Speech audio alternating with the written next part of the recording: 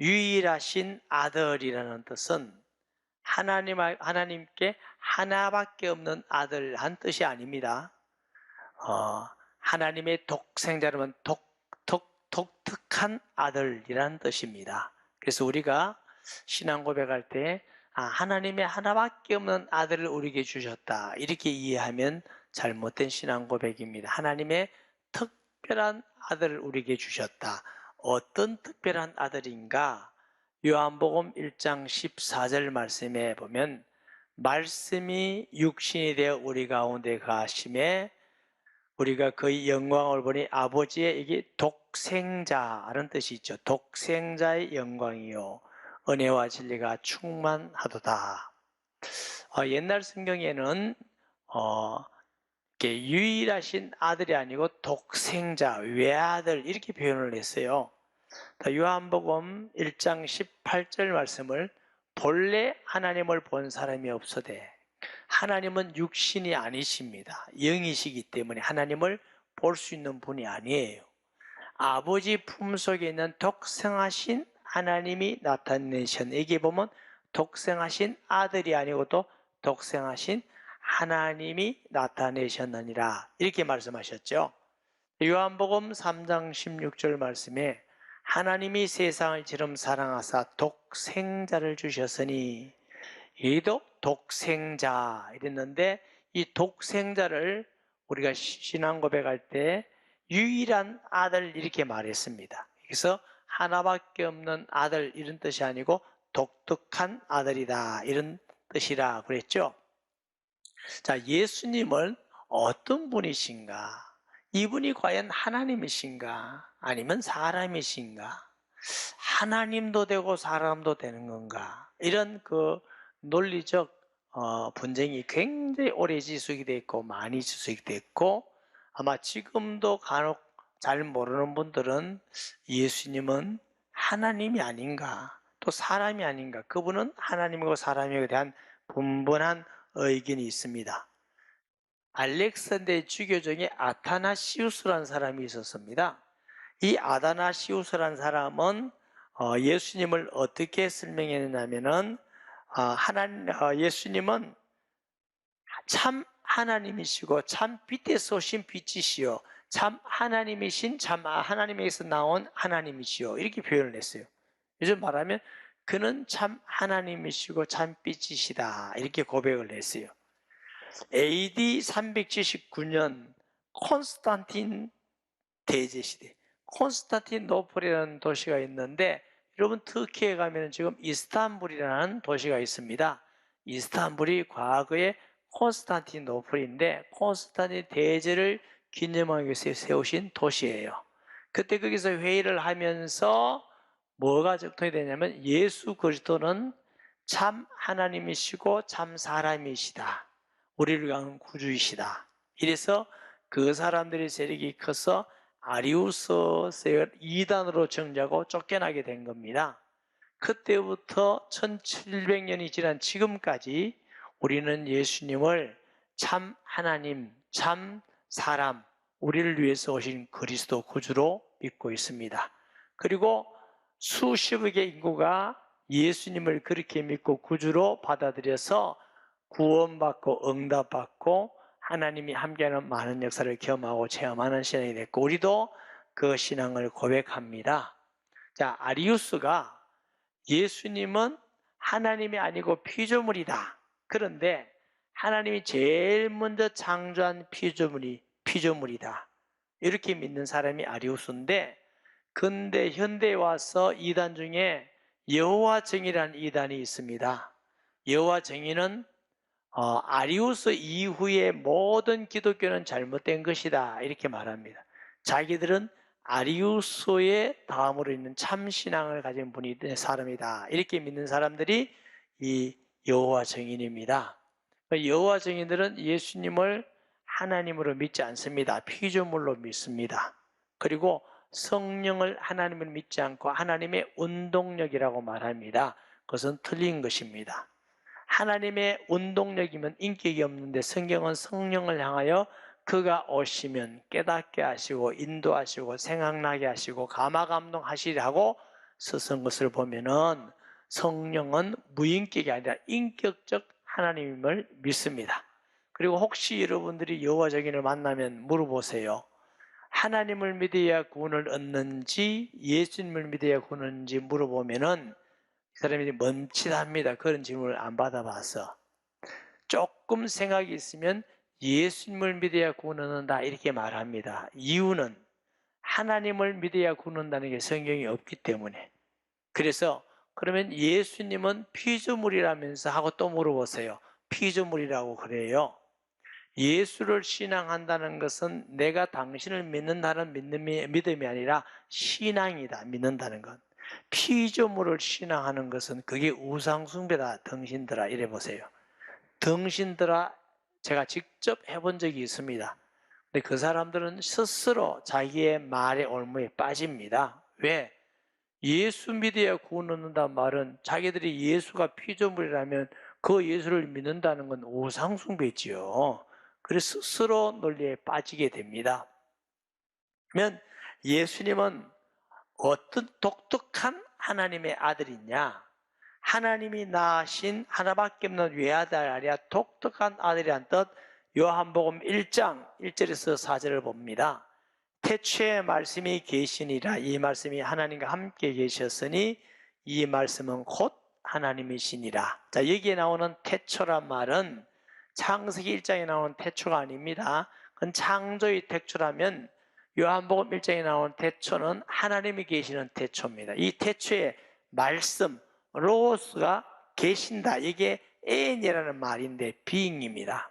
다시 말하면 예수님의 존재 형태는 누구에 의해서 지음을 받았다든가 유출된 것이 아니고 원래부터 계신 분이라고 설명을 하고 있습니다. 창세기 3장 14절에 죄송합니다. 출애굽기 3장 14절에 하나님을 여호와라 그런다고 그랬죠. 여호와라는 이름은 무슨 뜻이라고요? 스스로 계시는 자. 여호와 하나님을 향하여 스스로 계신 자라고 표현한 것 같이 사도 요한은 예수님을 원래부터 계신 분이라고 표현을 하고 있습니다. 그걸 보면 예수님은 원래부터 계신 하나님인 줄 믿습니다. 그러니까 로고스가 원래부터 계시니라 지음받은 게 아닙니다. 세례 요한은 지음을 받았지만 예수님은 원래부터 계셨고 이 로고스가 말씀이 하나님과 함께 계셨다. 프로스라고 그랬죠. 하나님과 함께 여러분 눈을 마주대듯이 영원히 함께 완전히 하나 되시는 상태로 영원히 서로가 완전히 아는 상태로 함께 계시는 걸 프로스라고 그럽니다. 그럼 보세요. 자, 하나님과 함께 계셨다는 말은 이 로고스 말씀이 하나님하고 같다 다르다 다르죠. 함께 있다 말은 다르요. 제가 김창호 장로님하고 함께 있었다 하면 김창호 장로님이나 저하고 다르다는 거예요? 똑같다는 거예요? 달라요. 다른데 이 말씀 로고스가 곧 하나님이시니라. 같다 다르다? 같다. 그래서 우리가 예수님을 하나님의 독생자다, 외아들이다, 오늘 신앙 고백 속에는 유일한 아들이라 하는 말은 하나님이 딸도 없고 아들도 하나밖에 안 낳는 하나님의 하나밖에 없는 아이다 이런 뜻이 아니에요.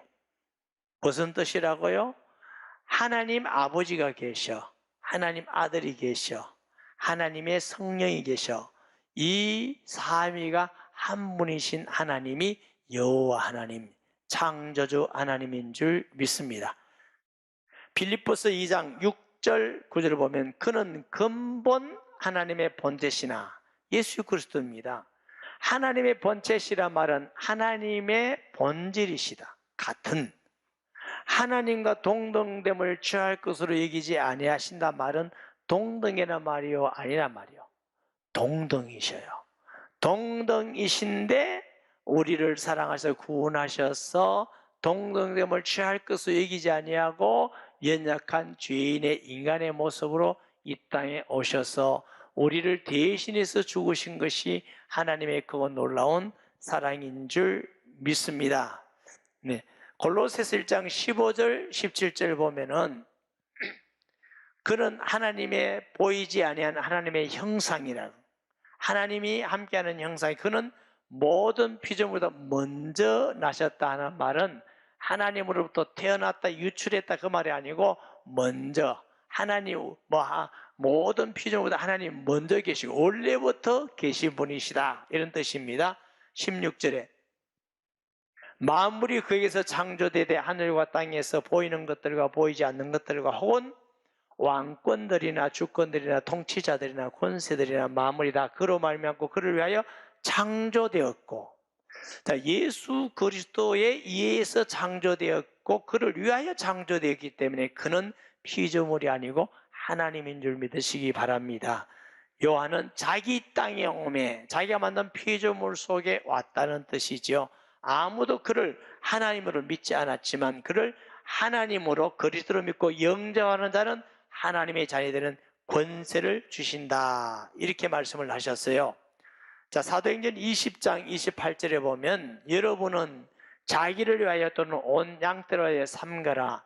성령이 그들 가운데 여러분을 감독자로 삼고 하나님이 자기 피로 사신 교회를 보살피게 하셨느니, 여기 보니까 하나님이 자기 피로, 하나님은 영이신데 피 흘리는 게 있으세요? 없어요. 예수님이 피 흘려서 우리를 구원하셔서 성령을 보내사 교회를 세운 줄 믿습니다. 예수님이 피 흘리신 것을 보고 누가는 말하기를 하나님이 자기 피로 사셨다 그랬어요. 그러면 예수님을 하나님으로 믿었다 안 믿었다? 믿었다. 그래서 우리가 하나님 앞에 바른 신앙 고백은 예수님은 하나님의 독특하신 아들이요, 독특하신 아들의 말은 성자 하나님이 이 땅에 오신 아들이요, 또 우리의 구주임을 고백하는 것, 이 두 가지가 고백이 돼야 바른 신앙 고백이 됩니다. 요한복음 10장 28절 33절을 보면은 내가 그들에게 영생을 주는 영혼이 멸망치 않을 터요 또 그들을 내 손에서 뺏을 자가 없느니라. 영생을 주시는 분은 하나님입니다. 만약 예수님이 피조물이라면 우리에게 영생을 줄 수가 없습니다. 그들을 주신 내 아버지는 만물보다 크시며 아무도 아버지 손에서 뺏을 수가 없느니라. 나와 아버지는 하나이니라. 예수님이 친히 아버지와 나는 하나이시다 이렇게 말씀을 하셨어요. 자, 31절에 보면은 보세요. 30절. 유대인들이 다시 돌을 들어 치려 하거늘 예수께서 대답하시되 내가 아버지로 말미암아 여러 가지 선한 일을 너에게 보였거늘 그 중에 어떤 일로 나를 돌로 치려 하느냐. 유대인들이 대답하되 선한 일로 말미암아 우리가 너를 돌로 치려 하는 것이 아니라 신성 모독으로 인함이니 너희가 사람이 되어 자칭 하나님이라 함이로다. 여러분, 유대인들은 예수님을 메시아로 그리스도로 믿지 않았습니다. 하나님으로 믿지 않았습니다. 지금도 예수 믿지 않는 사람은 예수님을 하나님을 믿지 않고 역사 속에 있는 한 사람의 인물로 믿습니다. 유대인들은 요셉의 아들이요 마리아의 아들이요 나사렛에서 자라는 것도 봤습니다. 먹는 것도 봤습니다. 힘들어하는 것도 봤습니다. 피도 흘렸습니다. 고난도 받았습니다. 그런데 왜 너가 하나님이냐? 신성 모독하도다. 모르는 자들에게 그렇게 말할 수 있겠어요? 없겠어요?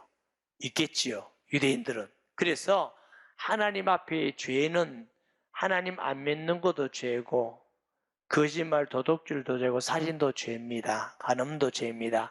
그보다 또 근본적인 또 죄 하나가 있습니다. 하나님을 알지 못하는 것도 죄입니다.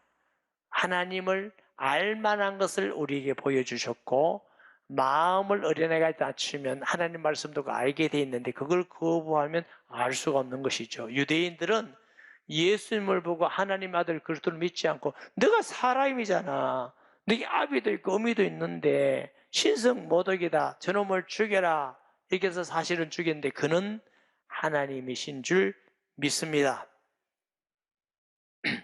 요한복음 20장 31절 보면은 오직 이것을 기록하면 너희로 예수께서 하나님의 아들 그리스도임을 믿게 하려 하며 또 너희를 믿고 그 이름을 힘입어 생명을 얻게 하려 함이니라. 여러분은 예수님을 어떻게 믿습니까? 좋은 분으로 예수 그리스도로 여러분, 정확한 신앙 고백은 그는 독특한 아들, 하나님이 이 땅에 오신 하나님의 아들이요, 하나님이란 뜻입니다. 둘째로 그는 그리스도라 말은, 크리스토스라 말인데 메시아라는 단어를 히라보로 그 크리스토스라고 번역을 했어요. 우리말로는 구원자 하는 뜻이고 본래의 뜻은 기름 부음 받은 자 하는 뜻입니다. 구약 성경에 기름을 부어서 세우신 하나님의 종이 세 종류가 있습니다. 왕을 기름으로 세웠고, 제사장을 기름으로 세웠고, 또 선지자를 기름으로 세웠습니다. 선지자는 하나님의 말씀을 백성들에게 전하는 직분이에요. 제사장은 하나님께 속죄할 때에 그 속죄하도록 하는 직분이 제사장이에요. 왕은 하나님의 말씀대로 하나님 뜻대로 백성을 다스리고 보호하는 게 왕이에요. 지금 세상에는 왕이나 대통령 아닙니다. 하나님의 종으로서의 왕입니다. 그런데 진정한 진실로 참된 완전한 선자, 완전한 제사장은 없습니다. 그러면 왜 그 직분을 주셨냐? 오실 완전한 왕이 오신다. 완전한 제사장이 온다. 완전한 선지자가 온다. 그분이 누구요? 예수 그리스도. 그래서 예수님을 그리스도라, 구원자를 그리스도라고 말하는 것입니다. 예수님은 완전한 선지자로서 하나님의 말씀으로 이 땅에 오신 분인 줄 믿습니다. 예수님은 한 번 죽으면 없어지는 제사장이 아니라 영원한 제사장. 히브리서 7장에 멜기세덱의 반차를 쫓은 영원한 제사장이라고 하셨습니다. 예수님은 만왕의 왕이라서 사탄의 머리를 깨뜨리셨어요. 깨뜨리고 승리하셔서 우리를 지키고 주님 올 때까지 보호하는 기능을 하시는 분이 예수 그리스도입니다. 그래서 예수님을 그리스도라 그래 말했고, 마태복음 16장 16절에서 20절에 보면은 베드로는 말하기를 주는 그리스도시요 살아계시는 하나님 아들, 여기도 신앙 고백이 주는 그리스도시요 살아계시는 하나님의 아들이십니다. 이렇게 고백하는 게 바른 신앙 고백인 줄 믿습니다. 히브리서 2장 14절에는 하나님의 자녀들은 혈과 육에 속하 있음에 그도 또한 같은 모양으로 혈과 육을 함께 지니심은 누구예요? 예수님이 육신의 몸을 입고 오신 것은 하나님의 자녀가 육신의 몸을 입고 오셨기 때문에 육신으로 우리를 구원하기 위해서 죽음을 통하여 사탄 마귀의 머리를 깨뜨리시고 마귀를 이시고 우리를 구원하기 위해서 오신 만왕의 왕인 줄 믿으시기를 바랍니다. 아멘. 이 부활이라는 건 아주 중요한 뜻이 있습니다.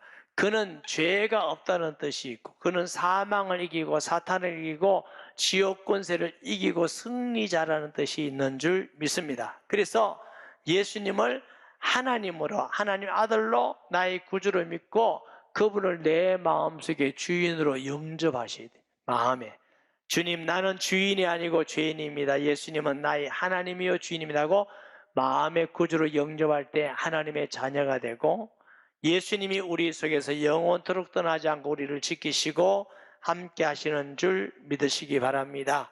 그래서 그는 유일하신 아들, 유일하신 아들을 하나밖에 없는 아들이 아니라 독특한 아들, 하나님이 이 땅에 사람의 몸을 입고 오신 하나님의 아들, 우리가 신앙 고백할 때마다 이것을 알고 고백해야 될 줄 믿습니다.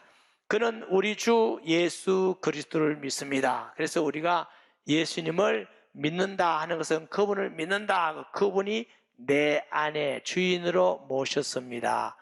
영접하는 것과 믿는 건 동일한 거예요. 아멘.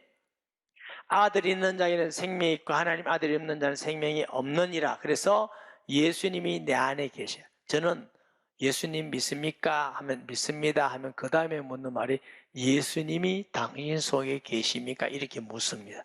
모르겠습니다. 그러면 당신은 예수 믿는 사람 아닙니다. 이렇게 말합니다. 예수 믿는다는 건 내가 그분을 믿는다, 그분이 계신 거 믿는다, 2000년에 계셨다, 그거 아니에요. 그분이 내 안에 계시는 줄 믿습니다.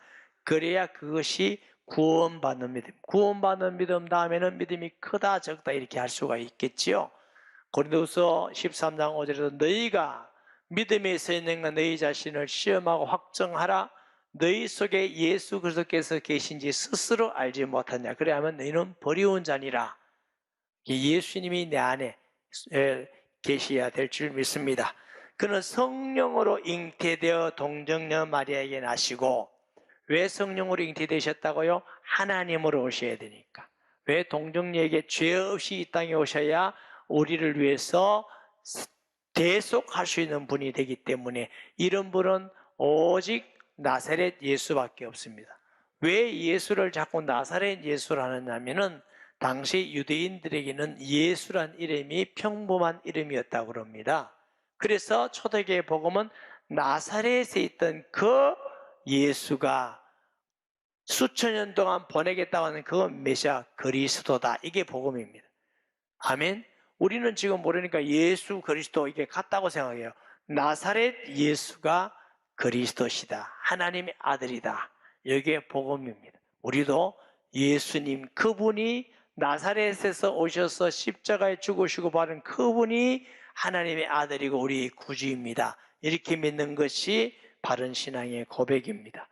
본디오 빌라도에게 권한을 받아 십자가에 죽으시고, 우리가 생각할 때 왜 유대인이 죽였는데 자꾸 본디오 빌라도가 자꾸 죽였다고 이렇게 하나 하고 우리가 때로는 의심할 수가 있는데, 우리가 생각할 때 본디오 빌라도는 예수님을 죄인이다 이렇게 말하지 않았어요. 좀 나아주려고 애를 썼는데 왜 본디오 빌라도를 자꾸 죽였다 하느냐. 요한복음 19장 4절 말씀 봅니다. 빌라도가 다시 밖에 나가 말해, 보라, 이 사람을 데리고 너에게 나오나니 이는 내가 그에게서 아무 죄도 찾지 못한 것을 너희로 알게 하려 함이로다 하더라. 이 빌라도가 한 얘기예요.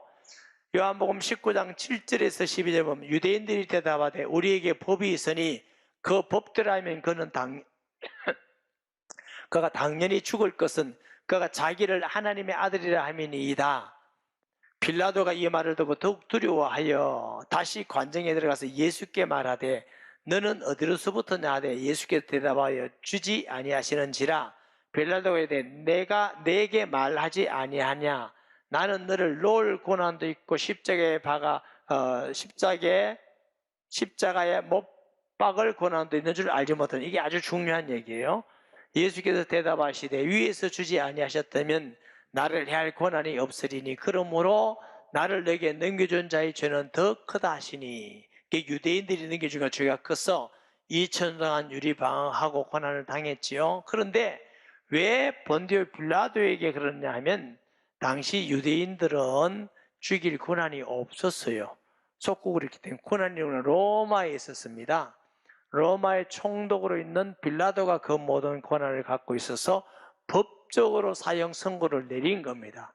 이것이 빌라도가 수천 년 동안 빌라도에게 고난받고 빌라도에게 죽임을 당했다는 법적인 얘기라는 걸 여러분 아셔야 되는데, 실제로는 누가 죽여서 유대인들을 통해서 로마 군병들이 죽었지만 그 죽임을 법적으로 선고한 사람이 빌라도입니다. 그래서 빌라도에게 고난을 받으시고 그래서 죽으셨다 이랬고, 죽으신 지 3일 만에 다시 살아나셨다. 부활입니다. 예수님이 죄가 없다는 증거로 다시 살아나서 지금도 우리와 함께 하심을 믿습니다. 하늘에 오르시어 전능하신 하나님 우편에 계시다가, 하늘에 오르시어 예수님이 성천입니다. 예수님은 왜 또 성천하셨느냐? 예수님이 이 땅에 오신 초림의 사건은 영원한 분이 역사 속에 온 사건이고, 거룩하고 전능하신 하나님이 피조물의 모습, 죄인의 모습으로 온 사건입니다. 그리고 예수님이 성천하신 것은 다시 피조물이라 영원하신 하나님의 모습으로 가신 것입니다. 역사 속에 계신 분이 영원한 분으로 가신 줄 믿습니다. 왜 하나님의 우편이라고 그러느냐? 요한복음 1장에 말씀이 하나님과 함께 계셨고 그랬죠. 그와 같이 하나님과 함께하는 승리자에게 주시는 하나님의 우편이고, 앉아 계신단 말은 쉬고 계신다 이런 뜻입니다. 스데반을 순교할 때 예수님은 어떻게 하나님 우편에 서 계셨다 이렇게 하셨습니다. 그래서 예수님은 이 땅에 오셔서 하나님의 아들로 오셔서 사람으로서 십자가에서 죽으시고 죄 없어서 살리시고 하나님 우편, 이것이 하나님의 지혜입니다.